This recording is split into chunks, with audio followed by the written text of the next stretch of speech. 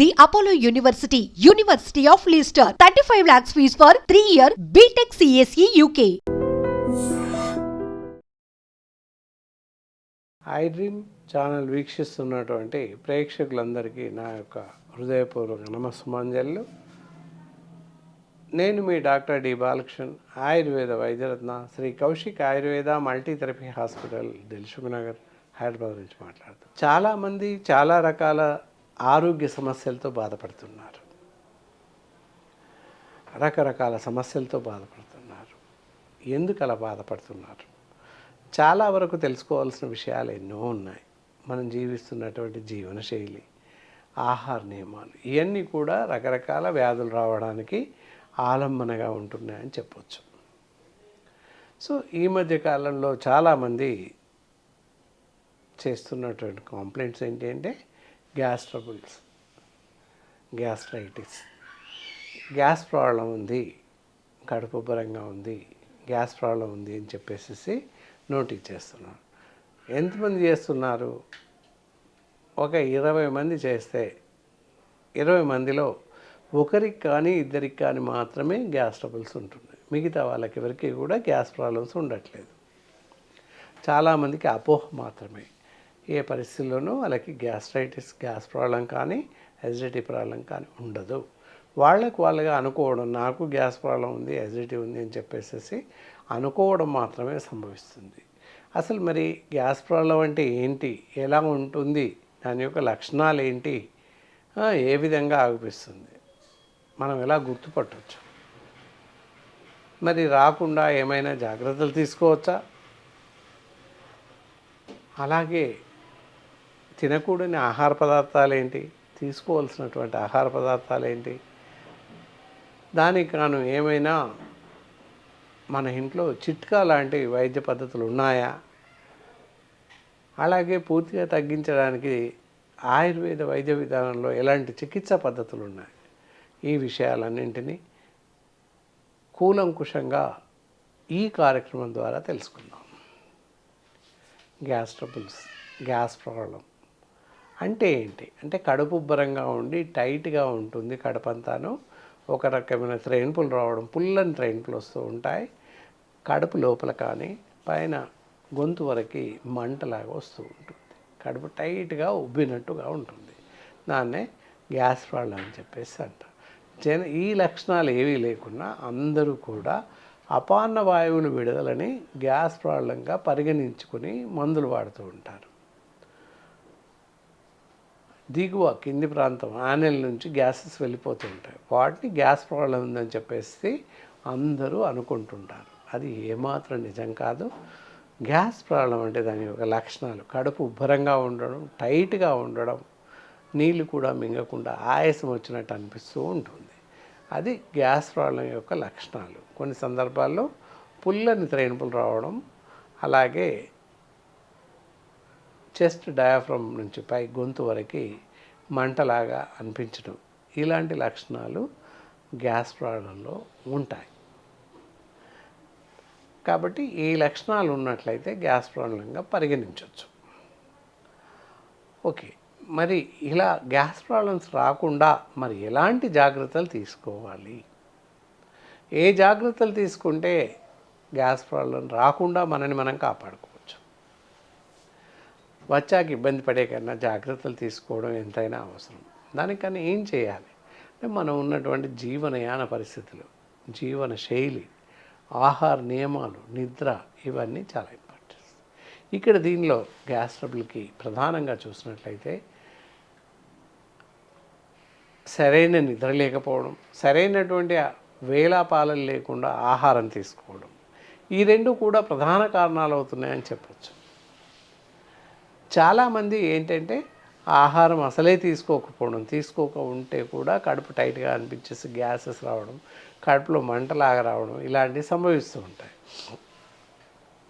అలాగే అతిగా ఎక్కువగా తినడం, ఆకలి ఉన్నా లేకున్నప్పటికీ ఏదో ఒకటి 5-10 నిమిషాలు ఏదో ఒకటి తింటూ వెళ్ళడం, వీటి వల్ల కూడా గ్యాస్ ప్రాబ్లమ్స్ విరివిగా వచ్చే అవకాశం ఉంది. అలాగే నిద్రలేమి ఏంటంటే సమయానుకూలంగా సమయాసమాలు పాటించకుండా నిద్రించడం, ఎప్పుడు రాత్రి 12 గంటలకు ఒకటికి పడుకోవడం, ఉదయం 9, 10 గంటలకు లేవడం. ప్రతి మనిషికి 8 గంటల నిద్ర అవసరం. కానీ వీళ్ళు ఏం చేస్తున్నారు, 12 గంటలకు పడుకొని 8 గంటలకు లేస్తున్నారు. అంటే 8 గంటలు వచ్చింది కదా అని చెప్తున్నారు. అలా కాదు, సమయం ఉంటుంది. ప్రతిదానికి నిర్దిష్టమైనటువంటి వేళలు ఉంటాయి. భోజనం ఎప్పుడు చేయాలి, నిద్ర ఎప్పుడు పోవాలి, నిద్ర ఎప్పుడు మేలుకోవాలి, ఇవన్నీ సమయాలు ఉంటాయి. ఆ సమయానుకూలంగా మనం ఆ సమయాలను పాటించినట్లయితే గ్యాస్ ట్రబుల్స్ అనేటటువంటి పరిస్థితి తలెత్తదు. ఎలా చేయాలి అని చూసినట్లయితే, భోజనం చూసినట్లయితే ఆహారం ఏ విధమైనటువంటి ఆహారం తీసుకోకూడదు ఫస్ట్ చూడాలి. డీప్ ఫ్రైస్, నూనెలో వేయించిన పదార్థాలు, అలాగే ఫాస్ట్ ఫుడ్ సెంటర్లో లభించేటటువంటి అన్ని రకాల ఆహార పదార్థాలు, noodles, all types of fried rice వగైరా వగైరా ఇవన్నీ తినకూడదు. అలాగే బేకరీలో లభించేటటువంటి అన్ని రకాల బేకరీ ఐటమ్స్ ఇంక్లూడింగ్ శీతల పానీయాలు ఇవేవి కూడా తీసుకోకూడదు. ఏవి తీసుకున్నట్లయితే గ్యాస్ ట్రబుల్స్ ఎక్కువగా వచ్చే అవకాశం ఉంది. ఈ విధంగా అవన్నీ మానేస్తూ సాత్వికమైన ఆహారం తీసుకోవాల్సిన అవసరం ఉంటుంది.